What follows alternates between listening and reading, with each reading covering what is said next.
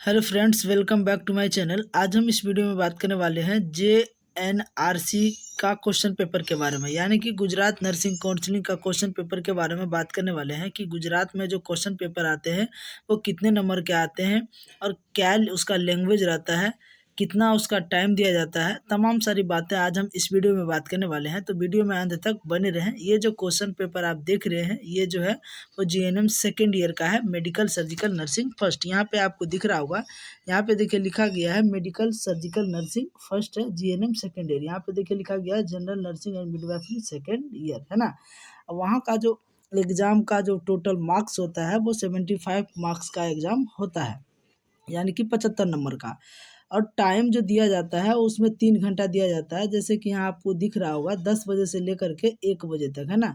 यहाँ टाइम भी दिया गया है। और जो लैंग्वेज रहता है वहाँ 2 तरह का लैंग्वेज रहता है, एक तो इंग्लिश रहता है और एक रहता है गुजराती। यहाँ पे देखिए आपको दिख रहा होगा ये जो लिखा गया है यहाँ से यहाँ तक देखिए, यहाँ पे लिखा गया है ये जो साइड वाला है वो आपको गुजराती में देखने को मिल रहा होगा, और आगे जो लिखा हुआ है ये क्या है, इंग्लिश में लिखा गया है, लेकिन दोनों का कहना सेम है, ठीक है।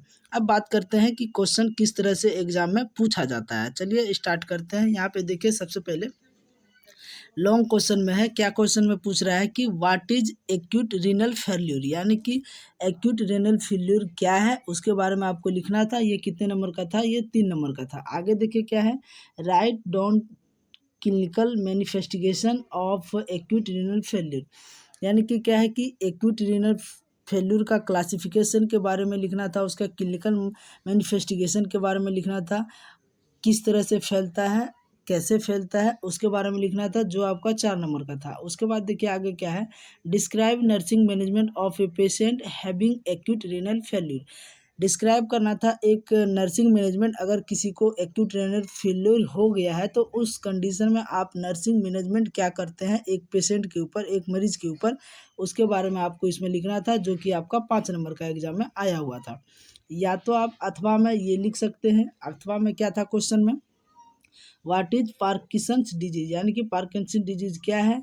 Write down clinical manifestation of Parkinson disease, Parkinson disease का क्लासिफिकेशन के बारे में लिखना था, क्लिनिकल सिम्टम के बारे में लिखना था, उसका किस तरह से होता है, मैनेजमेंट के बारे में आपको लिखना था। आगे देखिए क्या है, describe pathophysiology of Parkinson's disease, Parkinson disease का डिस्क्राइब करना था, उसके सिम्टम के बारे में लिखना था, उसका डिस्क्राइब करके आपको पैथोफिजियोलॉजिकल लिखना था।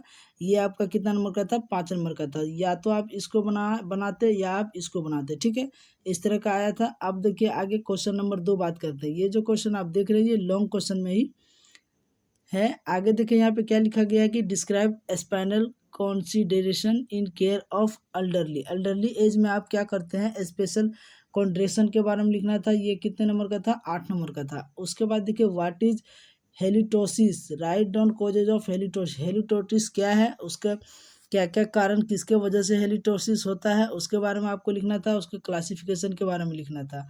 या तो फिर आप इसको बना सकते थे, define immunity and explain type of immunity, immunity क्या है, इम्यूनिटी कितने प्रकार के होते हैं, उसके बारे में आपको लिखना था। ये 8 नंबर का था। उसके बाद देखिए क्या है, explain the role of a scrub nurse in operation theatre, operation theatre में एक नर्स का क्या भूमिका रहता है, उसके बारे में आपको क्या करना था, एक्सप्लेन करना था। ये आपका 4 नंबर का था।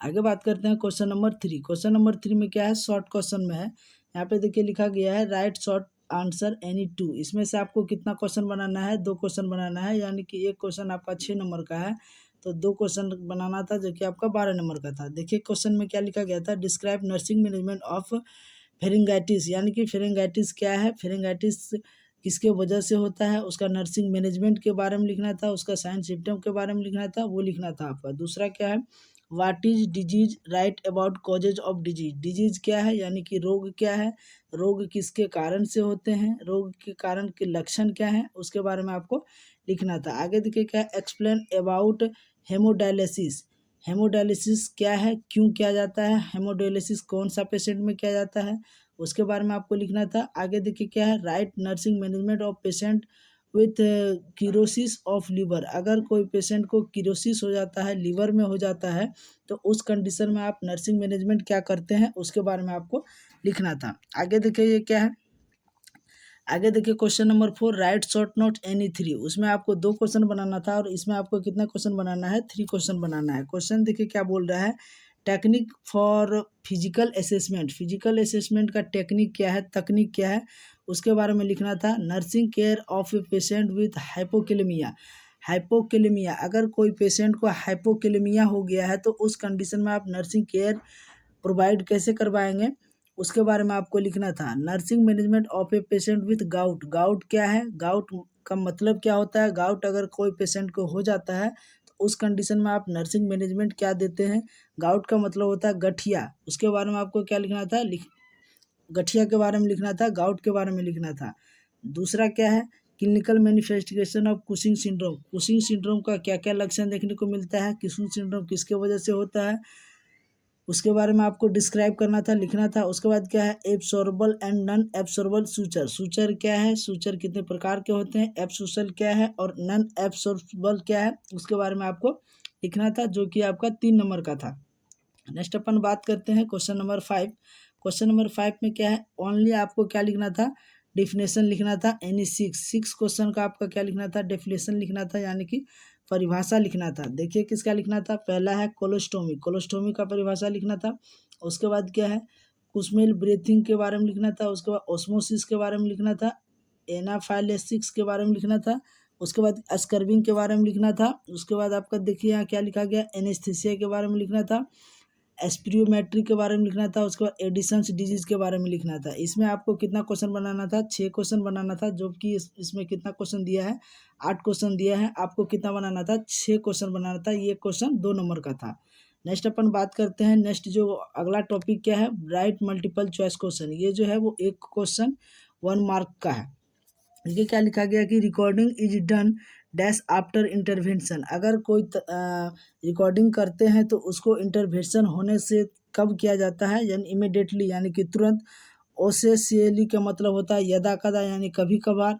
नेवर का मतलब होता है कभी नहीं। उसके बाद देखिए क्या है, आफ्टर 7 डे, यानी कि 7 दिन के पहले।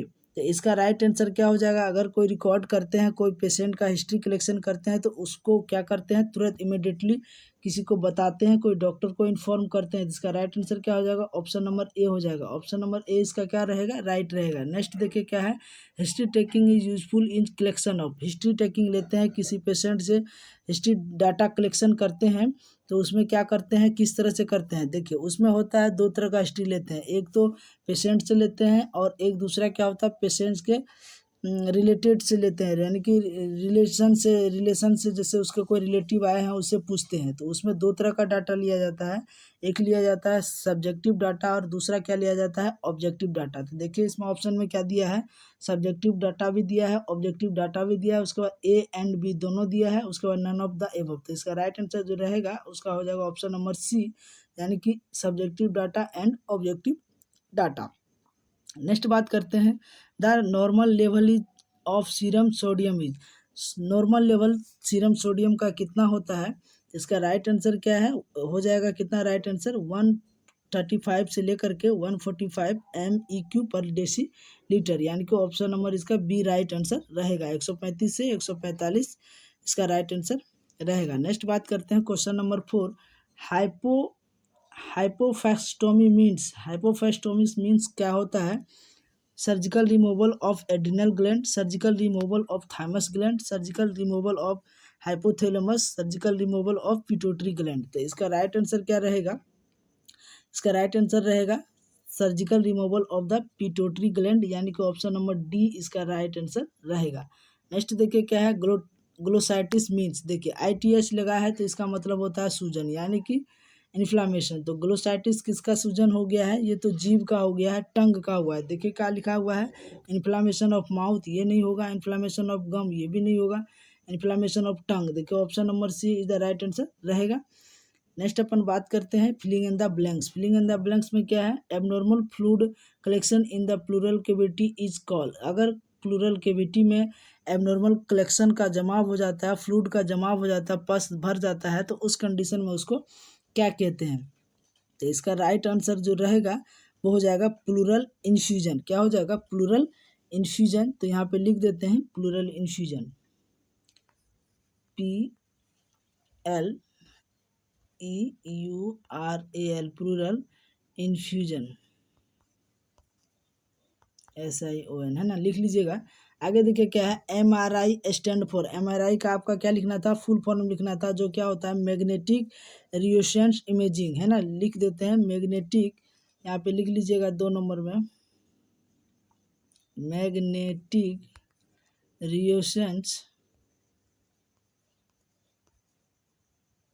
इमेजिंग,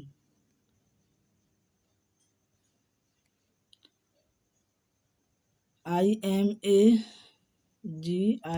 है ना, इमेजिंग। उसके बाद आगे देखिए क्या लिखा है, आगे लिखा है स्लाइडियर स्टैटिस मीन्स इज, इसका राइट आंसर क्या हो जाएगा, इसका राइट आंसर हो जाएगा इन्फ्लामेशन ऑफ द सिलेबरी ग्लैंड। इसका क्या हो जाएगा, सिलेबरी ग्लैंड में क्या हो गया है, सूजन हो गया है, तो यहाँ लिख दीजिएगा 3 नंबर में सिलेबरी ग्लैंड, सिलेबरी ग्लैंड में क्या हो गया है, इन्फेक्शन हो गया है। आगे देखिए क्या है, जीरोस्टोमिया मीन्स क्या होता है, जीरोस्टोमिया मीन्स क्या होता है, तो अब्सेंस ऑफ सिलेबा, यानी कि वहाँ पे क्या होता है, लार का अभाव हो जाता है, तो यहाँ पे लिख दीजिएगा अब्सेंस ऑफ स्लेबा, यानी कि लार का अभाव, है ना।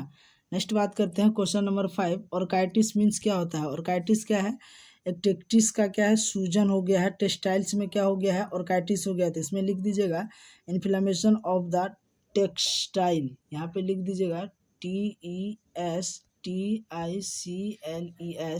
हो जाएगा, उसको क्या बोलते हैं, ऑर्काइटिस बोलते हैं। नेक्स्ट बात करते हैं, नेक्स्ट क्या है, match the flowing, match the flowing में क्या हो जाएगा, एपिनिया, एपिनिया किस कंडीशन में होता है, तो एपिनिया का जो रहेगा वो हो जाएगा सेसेशन ऑफ ब्रीथिंग, एपिनिया का हो जाएगा सेंसेशन ऑफ ब्रीथिंग। उसके बाद क्या है, एटेलियसिस, एस्टेलियसिस का क्या राइट आंसर रहेगा, एस्टेलियसिस का रहेगा collapse of the lungs tissue, देखिए कहीं पे लिखा हुआ है, हाँ देखिए 3 नंबर पे लिखा गया है collapse of the lungs tissue. उसके बाद क्या है, एम्पाइमा, एम्पाइमा का राइट आंसर क्या रहेगा, एम्पाइमा का जो राइट आंसर रहेगा वो हो जाएगा डिफिकल्टी इन द स्वेलिंग, है ना, एम्पाइमा का हो जाएगा डिफिकल्टी इन द स्वेलिंग। उसके बाद आगे देखिए क्या है, आगे लिखा गया है, आगे देखिए क्या लिखा गया है,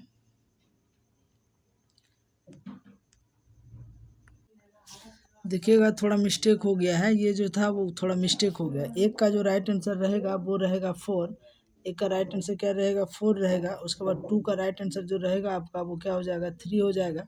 उसके बाद एम्पाइमा का जो राइट आंसर रहेगा वो हो जाएगा आपका 6। उसके बाद देखिए क्या डिस्फेगिया का राइट आंसर क्या रहेगा, वो हो जाएगा 5, डिफिकल्टी इन द स्वेलिंग। उसके बाद 5 का राइट आंसर क्या हो जाएगा, वो हो जाएगा आपका 2, है ना। इस तरह से कुछ इसका मैच द फॉलोइंग था। तो आई होप ये वीडियो आपको कैसा लगा, तो हमारे चैनल को सब्सक्राइब करना